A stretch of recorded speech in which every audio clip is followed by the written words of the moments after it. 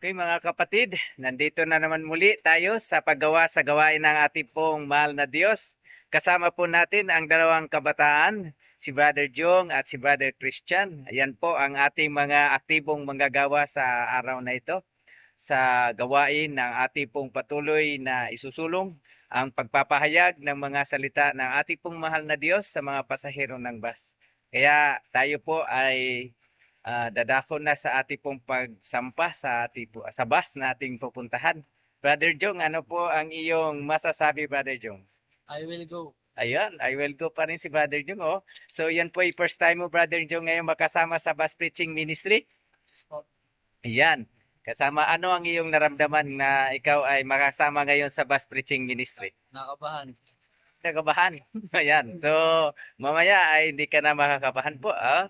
So, yan po mga kapatid, sama po natin sa panalangin ang ating pong paggawa sa gawain ng ating Panginoong Diyos. So, maging aktibo at maging masigla tayong lahat sa paggawa sa gawain ng ating Panginoong. God bless sa inyong lahat mga kapatid.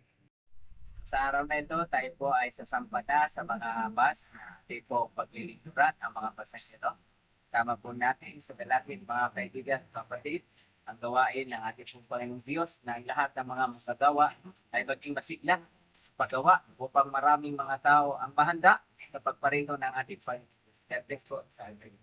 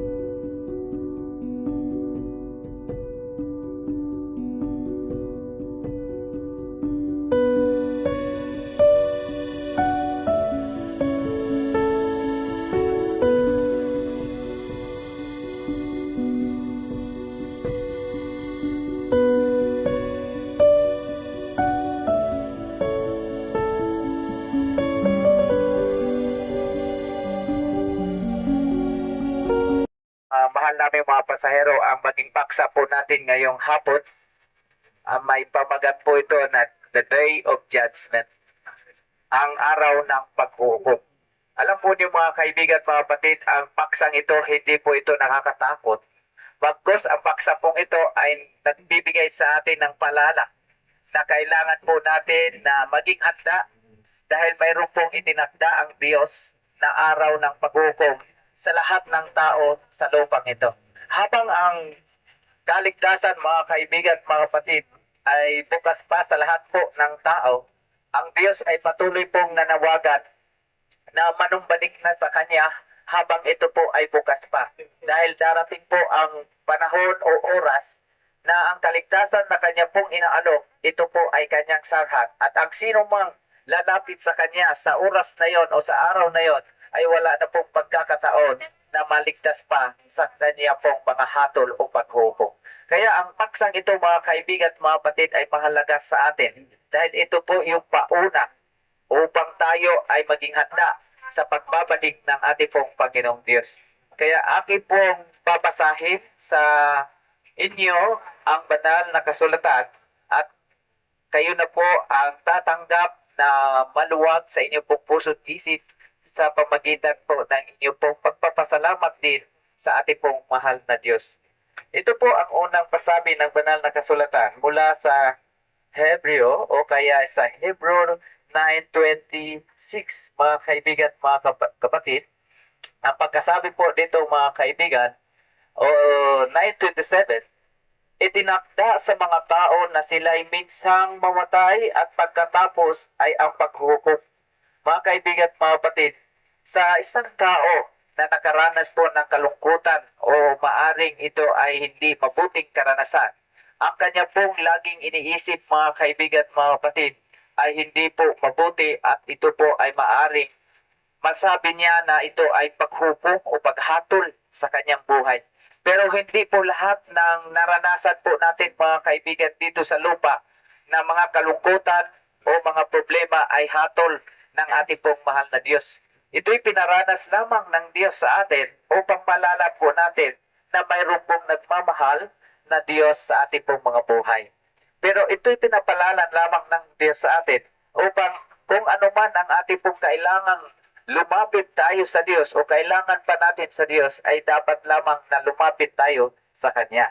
At ang patuloy na pagpapalala ng Diyos sa atin, mga kaibigan at mga kapatid, na minsan kapag wala pong mga problemang dumarating sa buhay natin at kung relax lamang po ang ating pong buhay, minsan di po tayo nakaisip na manumbalik o lumapit sa ating pong Diyos.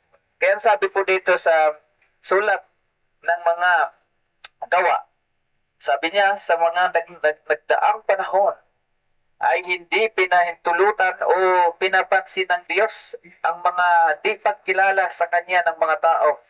Ngunit ngayon ay inuutos niya sa lahat ng tao sa bawat lugar na magsisi at talikuran ang kanila pong masamang pamumuhay sapagkat itinakda ng Diyos ang araw ng paghukom sa sanlibutan na ito'y buong kaluburan niyang gagawin sa pamagitan ng tao na kanyang hinirang. Pinatunayan niya ito sa lahat ng tao, iyon ay kanyang mabuting binuhay o kaya ay kanyang muling binuhay. So mga kaibigan at mga kapatid, totoo po na sa panahong ito ating pong napapansin na ang daming mga tao na gumagawa ng kasamaan. At para bagang minsan ating pong tinatanong ang Diyos, bakit hinayaan ng Diyos na ang mga taong ito ay patuloy gumagawa ng kasamaan? At bakit yung mga mabuting mga tao ay para bang dihado pa doon sa mga tao na gumagawa ng masama? Pero ang sabi po ng ating pong binasa na talata, mga kaibigan at mga kapatid, minsan ay hindi pinapansin ng Diyos ang mga hindi pagkilala ng tao sa Kanya. Pero Kanyang isinusugo ang Kanya pong mga anak o maging ang Panginoong Kristo upang muling palalahanan ang mga tao na mayroon siyang itinakdang araw para sa paghukom sa lahat ng tao sa ibabaw ng lupa. Kaya mga kaibigan at mga kapatid, mahalaga na ating pong laging maalala ang kabutihan o ang walang hanggang kabutihan ng Diyos sa atin. Na bagaman tayo'y makasalanan, hindi po niya tayo biglang pinaparusahan na wala pong kaalaban-laban. Ito'y magsisimula sa mga bayan ng Diyos. At kung sa atin ito magsisimula, ano kaya ang magiging wakas ng mga hindi sumusunod sa magandang balita ng Diyos? So mga kaibigan, mga kapatid, may binabanggit po na ang paghukom sa mga tao ay magsisimula sa bayan ng Diyos. Anong ibig sabihin nito? Alam po ninyo, ang ibig sabihin po niyan, mga kaibigan at mga kapatid, yung bayan ng Diyos, yun po yung mga naniwala, sumusunod, nanampalataya sa ating pong Panginoong Kristo. Yan po ang itinuring bayan ng Diyos. At ang mga hindi naniwala at hindi nanampalataya, yun po ay hindi kasapi sa bayan ng Diyos. Pero ito ang magandang balita, mga kaibigan at mga kapatid. Dahil lahat po na nakikinig hanggang hindi pa sarado ang kaligtasan, lahat ng manampalataya sa Kanya ay tatawaging Kanyang mga anak. So, lahat ng mananampalataya sa ating Panginoong Kristo, anuman po ang inyong inaanibang mga relihiyon, anuman po ang inyo pong mga sikta na inyo pong kinaaniban, mga kaibigan at mga kapatid, kapag tayo ay taos-pusong nakikinig at sumusunod sa kalooban ng ating Panginoong Diyos, sigurado mga kaibigan, tayo ay tatawaging Kanyang mga anak. Alam po ninyo mga kaibigan at mga kapatid, buksan lamang po natin ang ating mga kaisipan. Ang relihiyon po mga kaibigan at mga kapatid, hindi po siya makapagdidigtas sa tao. Bagkus siya po makakatulong sa atin upang ilapit tayo sa Diyos. Pero kung mayroon man namang sikta o grupo na nilalayo tayo sa Diyos, yun po ay hindi mabuti. Kailangan po tayo ay lalong maging malapit sa Diyos dahil ito po ang kalooban ng Diyos, mga kaibigan, mga kapatid. Kaya, ang sabi po dito, ulitin ko po ang aking binasa. Dumating na ang panahon ng paghuhukom at ito'y nagsisimula sa bayan ng Diyos. At kung sa atin ito magsisimula, ano kaya ang magiging hatol o wakas ng mga hindi sumusunod sa magandang balita ng Diyos? Ang ibig sabihin po sa mga hindi sumusunod sa magandang balita ng Diyos ay ito po yung kahit anong pangangaral, kahit ilang bisis na nilang napakinggan ang panawagan na manambalik sa Diyos, hindi pa rin ito nakikinig. Sa madaling sabi, mga kaibigan, mga kapatid, ang Diyos ay nagtakda ng isang araw o araw para doon sa mga hindi kumikilala sa Kanya. So sa mga bababa po, mga kaibigan at mga kapatid, ay aki pong hinihiling sa ating Panginoon at patuloy tayong ingatan. At sa mga nakatanggap, nakapamigay na tayo ng mga babasahin. Ayan po, magbigay po si Brother Job ng mga babasahin ng ating pong pinamamahagi ng mga babasahin. Ayan.